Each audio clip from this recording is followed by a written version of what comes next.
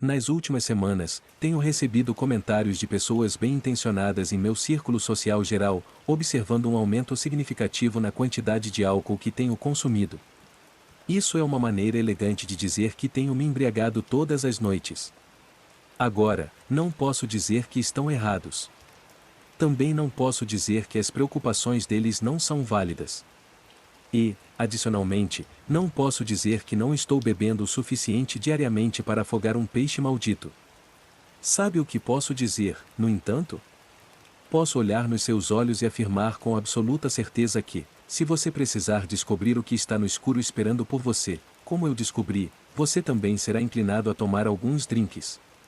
Há duas coisas que você precisa saber desde o início sobre como tudo isso começou. A primeira é que meu pai era o chefe de uma família criminosa muito prestigiada. Quando digo prestigiada, quero dizer que qualquer pessoa com meio cérebro tinha medo de cruzar seu caminho. Como não sou um idiota, não fornecerei nem o nome dele nem o nome de seus, digamos, empreendimentos comerciais. A segunda coisa é que nunca me envolvi com os negócios dele, em nenhum momento da minha vida. Minha mãe, Deus a abençoe, garantiu disso. Nunca tive o desejo de fazer parte desse mundo de qualquer maneira. Claro, o dinheiro teria sido apreciado, mas quando você cresce ouvindo histórias sobre pessoas que nunca puderam desfrutar dos frutos de seu trabalho por causa dos perigos associados ao trabalho para o meu pai, você entende que há maneiras melhores de se sustentar. O problema, pelo menos no meu caso, é que há outras pessoas por aí que não dão a mínima para as escolhas pessoais que você fez. Isso foi um ponto que me foi apresentado de maneira bastante violenta numa tarde de sexta-feira. Em um momento, estou caminhando pela rua em meu supostamente seguro bairro, e no próximo estou sendo agarrado por dois bandidos que poderiam ser descritos como verdadeiras montanhas vivas. O menor, e uso esse termo vagamente, dos dois enfiou uma mão enluvada sobre minha boca, e eles me carregaram até a parte de trás de uma van esperando sem esforço. Uma mordaça foi enfiada na minha garganta e uma capa foi jogada sobre minha cabeça. Não havia como saber quanto tempo havia passado quando a van finalmente parou. Definitivamente, tinha sido um tempo. Ouvi as portas traseiras da van se abrirem, e um momento depois estava sendo puxado para fora do veículo. A capa foi removida. Respirei grato o ar fresco pelo nariz. Em pé na minha frente estava uma mulher cerca de 15 centímetros mais baixa que eu. Parecia ainda menor com os dois gigantes ao lado dela. O terno de negócios caro e a arma na cintura diziam mais alto que palavras que esta era uma mulher que exigia e merecia respeito. Senti o sangue sair do meu rosto quando dei uma rápida olhada ao redor e vi que estávamos parados em um cemitério. A mulher me explicou que ela e seus associados eram empregados de um certo rival comercial do meu pai. Seu empregador havia concluído que era hora de meu pai se aposentar e que parte do plano de aposentadoria dele deveria ser ceder seu território. Ao mesmo tempo, o empregador dela não queria sujar as ruas de sangue. Foi determinado que a melhor maneira de fazer a transferência de poder de forma limpa e eficaz era me sequestrar e me usar como moeda de troca. Ela virou-se e começou a caminhar pelo cemitério. Os dois homens grandes me seguraram pelos braços e meio me carregaram, meio me arrastaram atrás dela. Era um cemitério antigo, com lápides fortemente desgastadas e quebradas em processo de serem tomadas pela grama e pelas ervas daninhas. Nosso pequeno grupo parou em frente a um esqueleto retorcido de uma árvore com uma cova aberta na frente dela. Inclinei a cabeça para olhar dentro do buraco. Descia uns bons 5 ou 6 metros, e havia um caixão no fundo. Sua tampa estava aberta, e havia um tanque de oxigênio verde-limão colocado dentro dele. A mulher me deu um longo olhar antes de me perguntar se eu sabia onde estava. Havia o início de um sorriso bastante desagradável nas bordas de seus lábios. Isso não era um bom sinal. Não pude responder por causa da mordaça que ainda enchia minha boca, então simplesmente balancei a cabeça. Ela prosseguiu me informando que eu estava diante do local de descanso de Tabitha Alden, uma mulher que havia vivido na área quase 400 anos antes. Os habitantes locais afirmavam que, depois de ser zombada e humilhada por um grupo de crianças, ela fez um pacto com o diabo. Ela usou seus novos poderes para enfeitiçar as crianças e forçá-las a se enforcarem na floresta próxima. As histórias também diziam que ela havia ajudado um demônio a possuir um ministro, que acabou matando meia dúzia de moradores da cidade antes de ser contido. Ela fora proclamada uma bruxa, e a sentença que veio com isso foi a morte. Os moradores enterraram-na viva. Minha captora me informou que, ao contrário da história, ela me daria uma escolha. Eu poderia escolher entrar voluntariamente no caixão à espera, ou poderia escolher que ela colocasse uma bala na parte de trás da minha cabeça ali mesmo. Um dos homens tirou a mordaça para que eu pudesse responder. Não era uma escolha muito boa. Escolhi o caixão. Ao me abaixar lentamente no caixão, tive o cuidado de evitar pisar no tanque de oxigênio. Como disse antes, não sou um idiota. Assim como Tabita ALD.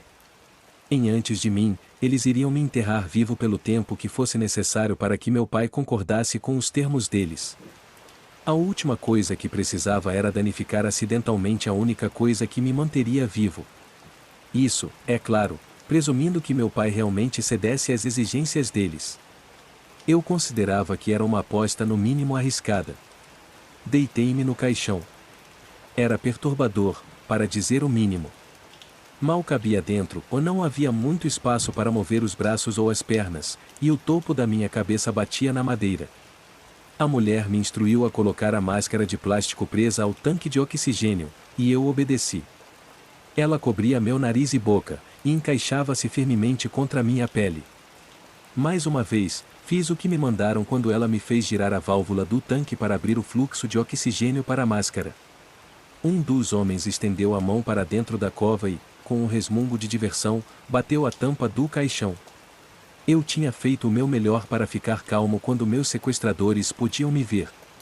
Estava determinado a não dar a eles a satisfação de me ver com medo. Obviamente, eles queriam que eu estivesse, porque não havia outra razão para escolherem esse local específico para o enterro e para me contar a história por trás dele. No momento em que a madeira se fechou sobre mim e fui mergulhado na escuridão, no entanto, o medo começou a me dominar. Foi o som da terra sendo jogada sobre a tampa que realmente me empurrou para o abismo. Gritei para que me deixassem sair. Minha voz estava abafada pela máscara, e o que escapava soava abafado dentro do caixão. Começou como uma exigência, mas rapidamente se tornou um pedido. Gritei que eles não precisavam fazer isso, e que eu poderia falar com meu pai em nome deles para conseguir que ele lhes desse o que queriam. Eu disse a eles que não precisavam fazer isso. A única resposta foi o som abafado da terra batendo contra a tampa. Cada batida tornou-se mais fraca até parar completamente. Tentei empurrar a parte de cima do caixão com as mãos, mas não consegui exercer muita força devido ao espaço limitado. Mudando de tática, dobrei as pernas o máximo possível para empurrar com as patelas. A madeira rangeu quando pressionei, mas não se moveu. Eles realmente tinham feito isso. Tinham me enterrado vivo. Minha mente girava com a ideia. Inteligentemente, eu sabia que isso ia acontecer, mas a realidade de estar preso sob meia dúzia de metros de terra era algo completamente diferente. Eu não conseguia entender. Eu estava em pânico. Meu corpo se debatia enquanto eu lutava sem sucesso contra os limites do caixão. Continuei gritando alto, embora não me lembre do que estava dizendo. Isso não importava realmente. As palavras não eram importantes. Eram apenas um subproduto do terror que eu estava vivenciando sozinho no escuro e incapaz de me mexer. Acho que foi o sibilar do ar escapando que me trouxe de volta à realidade. Minha luta fez a máscara de plástico escorregar do meu nariz. Um novo medo começou a se instalar e se a máscara caísse completamente, eu provavelmente sufocaria. Forçando-me a me mover lentamente, consegui deslizar minha mão até o meu queixo para segurar o plástico. Levou alguns minutos, mas consegui recolocá-lo no lugar. O quase desastre me fez entender que eu precisava manter a cabeça fria se quisesse ter alguma chance de sobreviver. Continuar em pânico só faria com que eu usasse meu suprimento limitado de oxigênio mais rápido. Eu não sabia quanto tempo o tanque duraria, e realmente não queria testar os limites. Permitindo-me uma respiração profunda, expirei lentamente e esperei que minha frequência cardíaca voltasse a algo que se assemelhasse ao normal. Fiquei deitado em silêncio na escuridão por um tempo indeterminado. Poderiam ter sido minutos, ou poderiam ter sido horas. Nunca estive em completa escuridão antes. Claro, já estive em quartos com as luzes apagadas ou em outros lugares onde era difícil ver, mas isso era a ausência total de luz. Parecia que a escuridão estava fisicamente me esmagando. Era espessa e opressiva. Estava viva. O silêncio era outra questão. De alguma forma, era pior do que a escuridão. Em vez de sentir como um organismo vivo, era um vazio frio que engolia tudo. Qualquer barulho que eu fizesse era instantaneamente cortado. Não há como descrever a sensação de isolamento que eu estava experimentando. Por muito tempo, as únicas coisas que eu conseguia ouvir eram o ar sendo liberado na máscara e meu próprio batimento cardíaco nos ouvidos. Meus membros começaram a formigar, e devido ao pouco espaço não conseguia esticá-los para aliviar a sensação desconfortável. Notei que meu corpo coçava em vários lugares. Consegui coçar alguns deles na parte superior do meu corpo, mas a maioria deles estava fora do alcance. Pior, eles ficavam cada vez mais irritantes. A ideia ocorreu-me de que isso devia ser como as pessoas enlouqueciam. Fui momentaneamente distraído do meu desconforto quando ouvi um novo barulho. Era muito fraco e durou apenas um momento. Entre o volume e a brevidade, eu não tinha certeza se tinha ouvido mesmo. Faz tanto tempo. Instintivamente, tentei me sentar ao som da voz.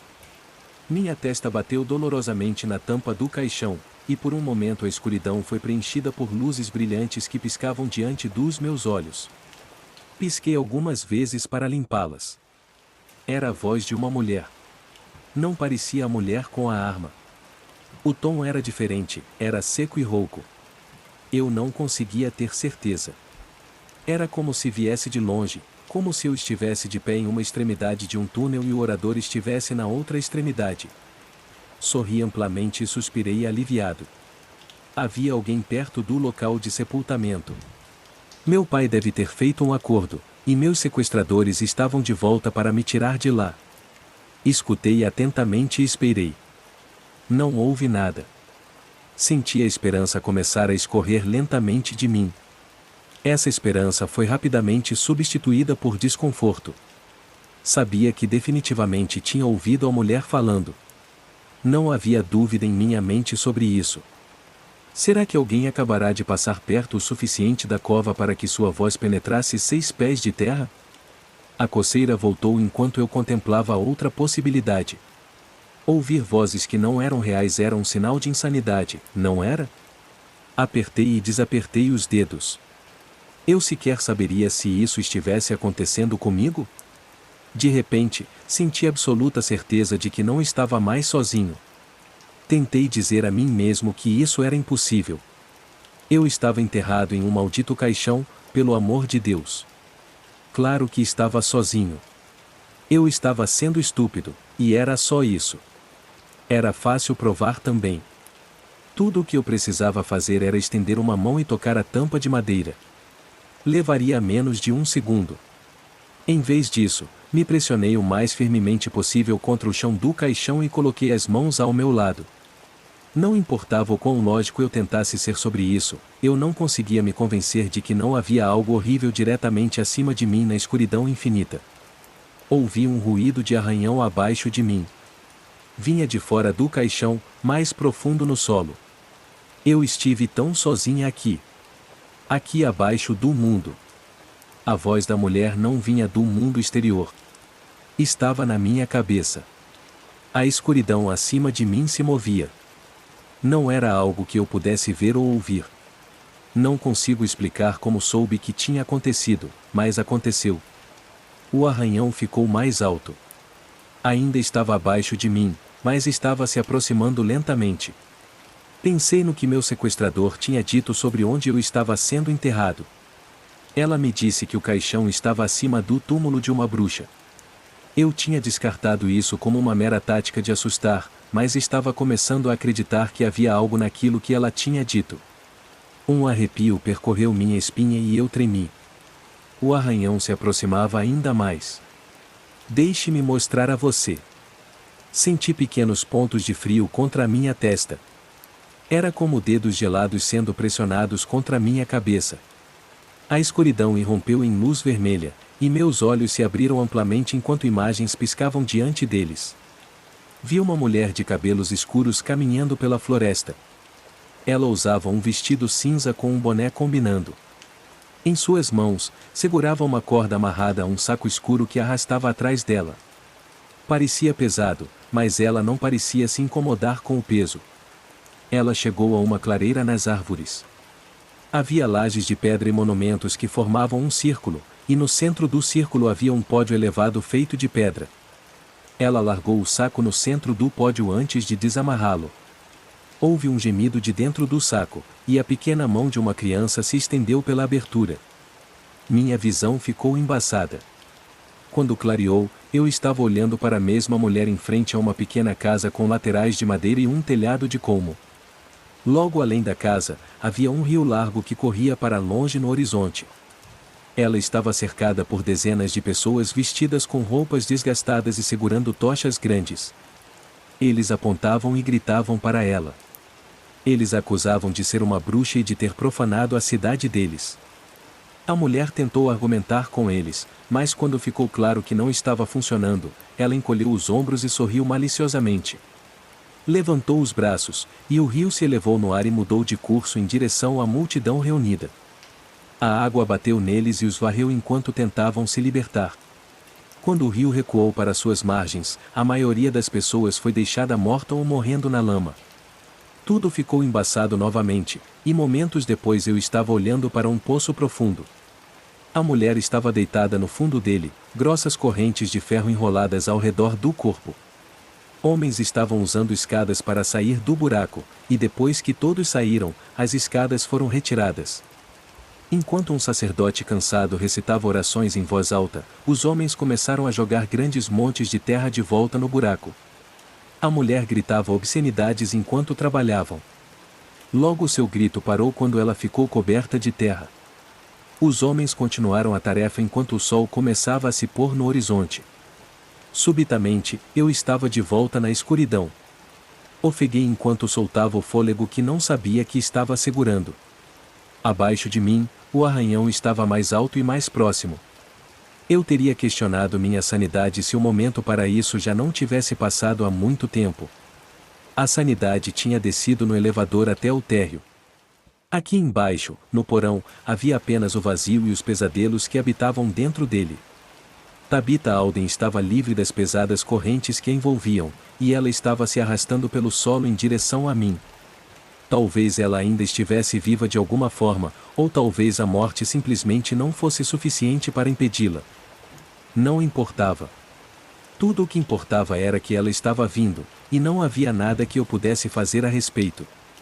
Não tenha medo. Há muito espaço para dois. Risadas maníacas preencheram o vazio. O terror tomou conta de mim, e comecei a chutar minhas pernas para atingir o lado do caixão enquanto gritava incoerentemente. Naquele momento, minha mente racional se foi, e em seu lugar estava apenas o instinto primal. Conseguia ouvir a escavação abaixo de mim mesmo sobre meu grito estridente.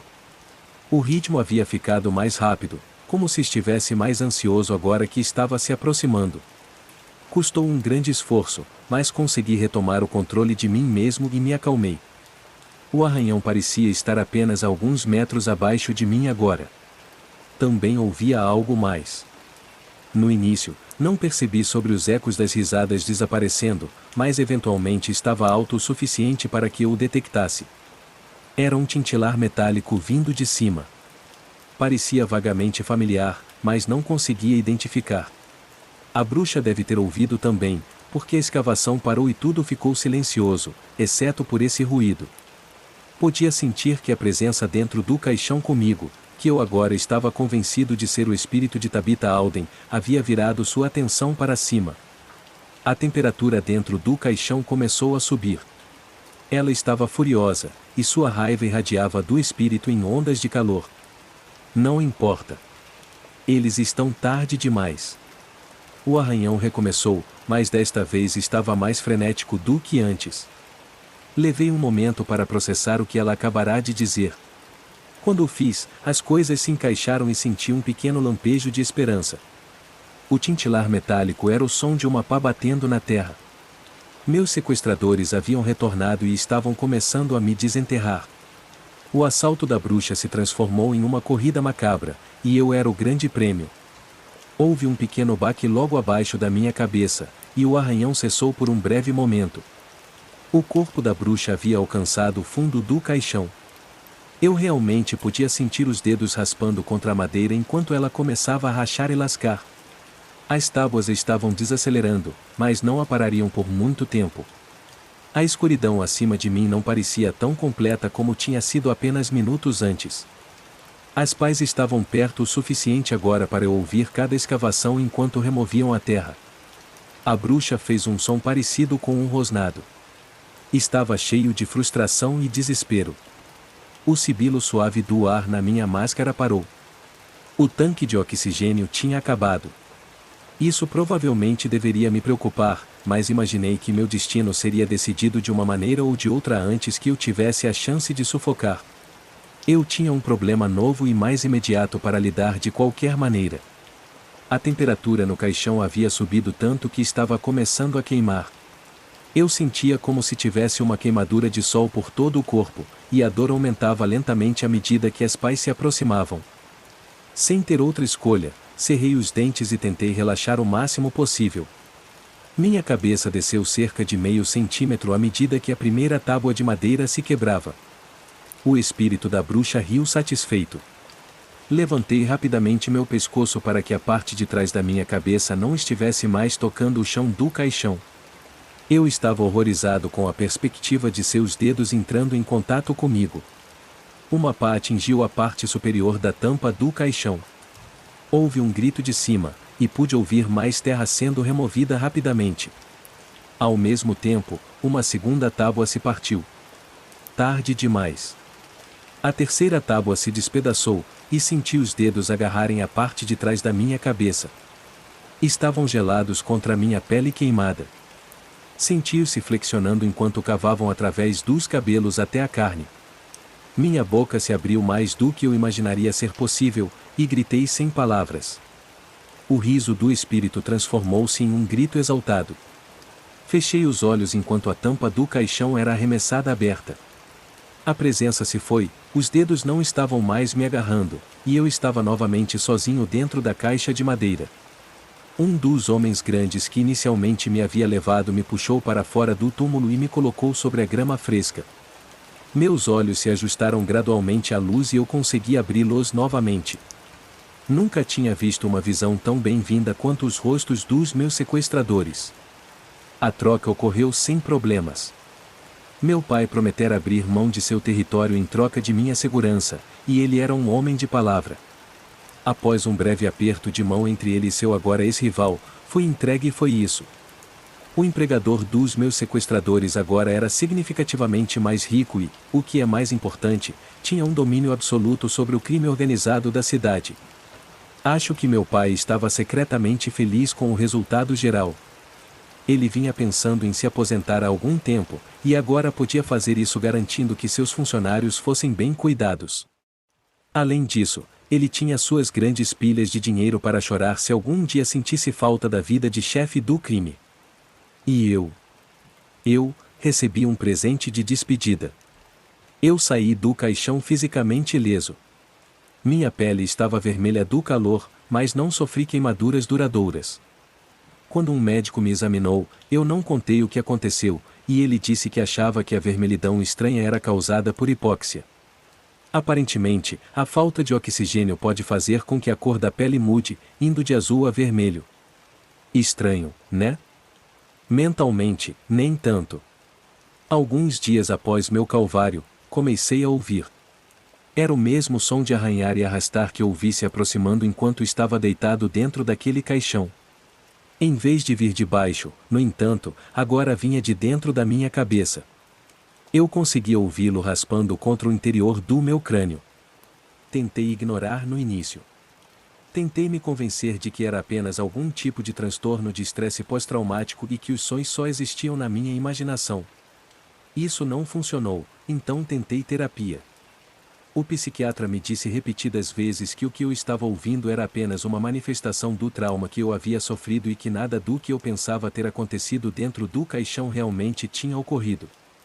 Suas palavras soavam oca pra caramba. Às 3 da manhã, em uma fria manhã de novembro, acordei em pé na frente daquela árvore retorcida que marcava o túmulo de Tabitha Alden. Havia uma pá na minha mão e um monte de terra recém-cavada ao meu lado. Aos meus pés, havia um buraco que levava para dentro da terra. Ainda estava escuro lá fora, e a única iluminação vinha dos faróis do meu carro.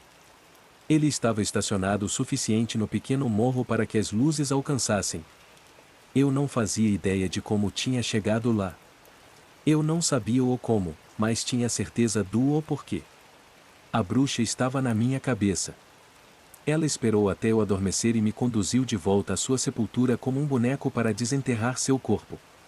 Entrei no meu carro e comecei a dirigir de volta para casa. Passei por um bar no caminho e, decidindo que se houve um momento em que eu precisava de uma bebida, era agora, estacionei o carro no estacionamento e entrei. Pedi a bebida mais forte que o barman tinha e a bebi de um gole só. Foi aí que descobri que beber ajuda com meu pequeno problema. Para os ruídos de arranhões pararem, e não tive outro episódio de sonambulismo desde que comecei a ficar bêbado todas as noites. Acho que meu cérebro não serve para nada quando está todo embaçado, nem mesmo para uma bruxa. No entanto, só consigo continuar assim por um tempo. Do jeito que estou indo agora, se Tabitha Alden não me pegar, meu fígado vai. Vou ter que ficar sóbrio em breve, o que significa que estou com os dias contados. Não haverá espaço para dois na minha cabeça por muito mais tempo, e eu sou o que não vai ficar.